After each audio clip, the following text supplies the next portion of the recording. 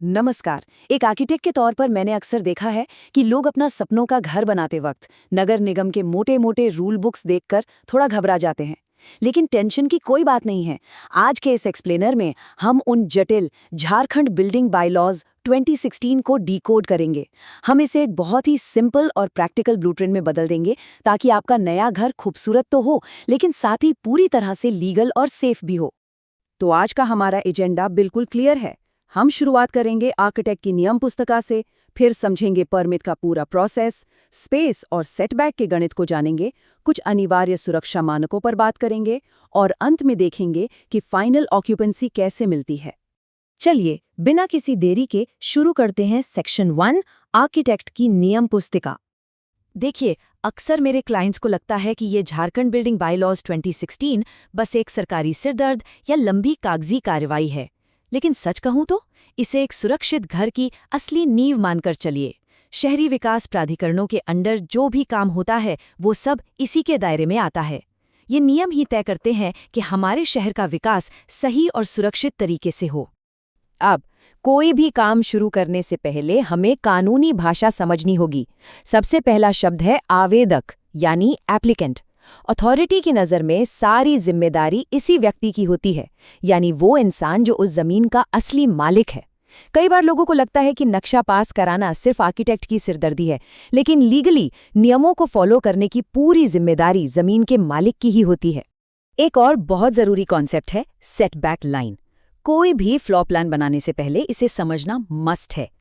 ये आपके प्लॉट की बाउंड्री के समानांतर वो लाइन है जिसके बाहर आप एक ईंट भी नहीं रख सकते।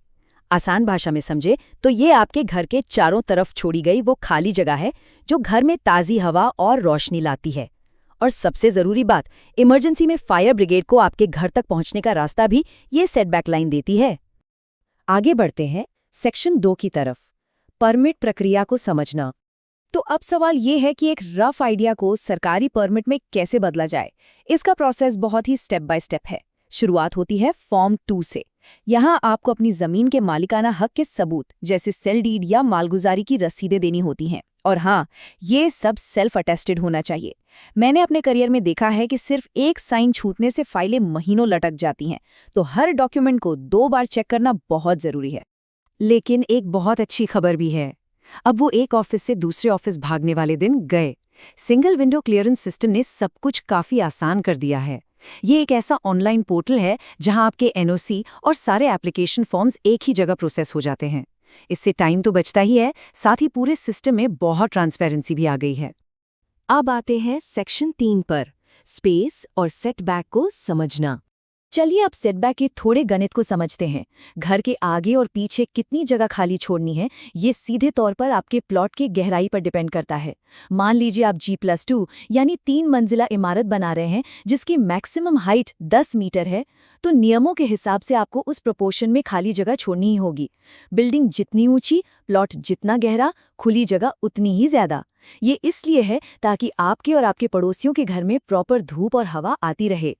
और ये नियम सिर्फ घर के बाहर तक सीमित नहीं है, घर के अंदर के कमरों का साइज भी तय होता है। एक हेल्दी एनवायरनमेंट के लिए बाय लॉज ने कमरों की कम से कम चौड़ाई और ऊंचाई फिक्स की है, चाहे वो आपका बेडरूम हो जिसे रहने योग्य कमरा कहते हैं, या फिर आपका किचन। अगर कमरे की ऊंचाई या स्पेस सही नहीं है तो वहां घुटन महसूस होगी। इसलिए सही वेंटिलेशन और मेंटल हेल्थ के लिए इन डायमेंशंस को फॉलो करना एकदम जरूरी है। मूविंग ऑन, सेक्शन 4, अनिवार्य सुरक्षा मानक। क्योंकि घर का डिजाइन कैसा भी हो, वो आपकी सुरक्षा से बढ़कर नहीं हो सकता है। घर बनाते वक्त जो कंक्रीट और स्टील इस्तेमाल होता है, उसके लिए कुछ खास IS कोड्स फॉलो करना कानूनी तौर पर अनिवार्य है। ये सिर्फ कोई रैंडम नंबर्स नहीं है, बल्कि सालों की इंजीनियरिंग रिसर्च का नतीजा है। आपके घर को तेज हवाओं का दबाव, बर्फ, बारिश या पूरी बिल्डिंग का वजन कैसे झेलना है, ये सब इन कोड्स के हिसाब से ही डिजाइन होता है। इसके बिना आपकी नींव सुरक्षित नहीं हो सकती। और जब बात सेफ्टी की आती है, तो भूकंप से बचाव को हम कैसे भूल सकते हैं। बिल्डिंग प्लान के साथ फॉर्म 3 लगाना बिल्कुल अनिवार्य है। ये एक रजिस्टर्ड इंजीनियर द्वारा दिया गया सर्टिफिकेट होता है जो इस बात की गारंटी देता है कि आपका घर भूकंप के झटके सह सकता है। ये कोई आम कागजी खानापूर्ति नहीं है, इसके बिना अथॉरिटी से अप्रूवल मिल ही नहीं सकता। इसी तरह आग लगने जैसी इमरजेंसी सिचुएशन के लिए जो फायर एस्केप या बाहरी सीढ़ियां बनती हैं, वो पूरी तरह से नॉन कंबस्टिबल यानी आग न पकड़ने वाली सामग्री से ही बनी होनी चाहिए।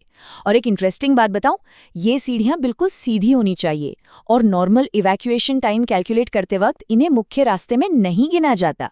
ये सिर्फ और सिर्फ इमरजेंसी के लिए होती हैं। फाइनली हम आ गए हैं अपने आखिरी पड़ाव पर, सेक्शन 5, अंतिम ऑक्यूपेंसी चरण। तो घर बनकर तैयार है, लेकिन अंदर जाने से पहले कुछ फॉर्मेलिटीज बाकी हैं। मालिक को सबसे पहले कंप्लीशन सर्टिफिकेट जमा करना होता है। इसके बाद अथॉरिटी के लोग साइट पर आकर खुद चेक करते हैं कि सीवरेज, पानी की सप्लाई और सेफ्टी के सारे इंतजाम वैसे ही हैं या नहीं जैसे प्लान में पास हुए थे। जब सब कुछ परफेक्ट होता है, तब जाकर आपको ऑफिशियली ऑक्यूपेंसी सर्टिफिकेट मिलता है। लेकिन प्रैक्टिकली सोचिए, कई बार घर का कुछ हिस्सा बन जाता है और कुछ बाकी रहता है।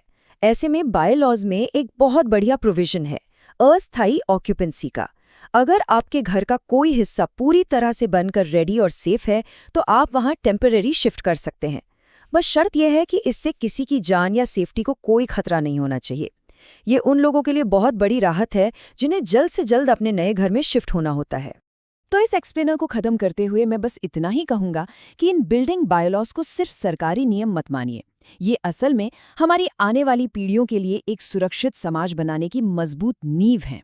तो खुद से ये सवाल जरूर पूछिए, क्या आज आप जो नींव रख रहे हैं वो आने वाले कल के लिए एक पूरी तरह से सुरक्षित विरासत तैयार कर रही है?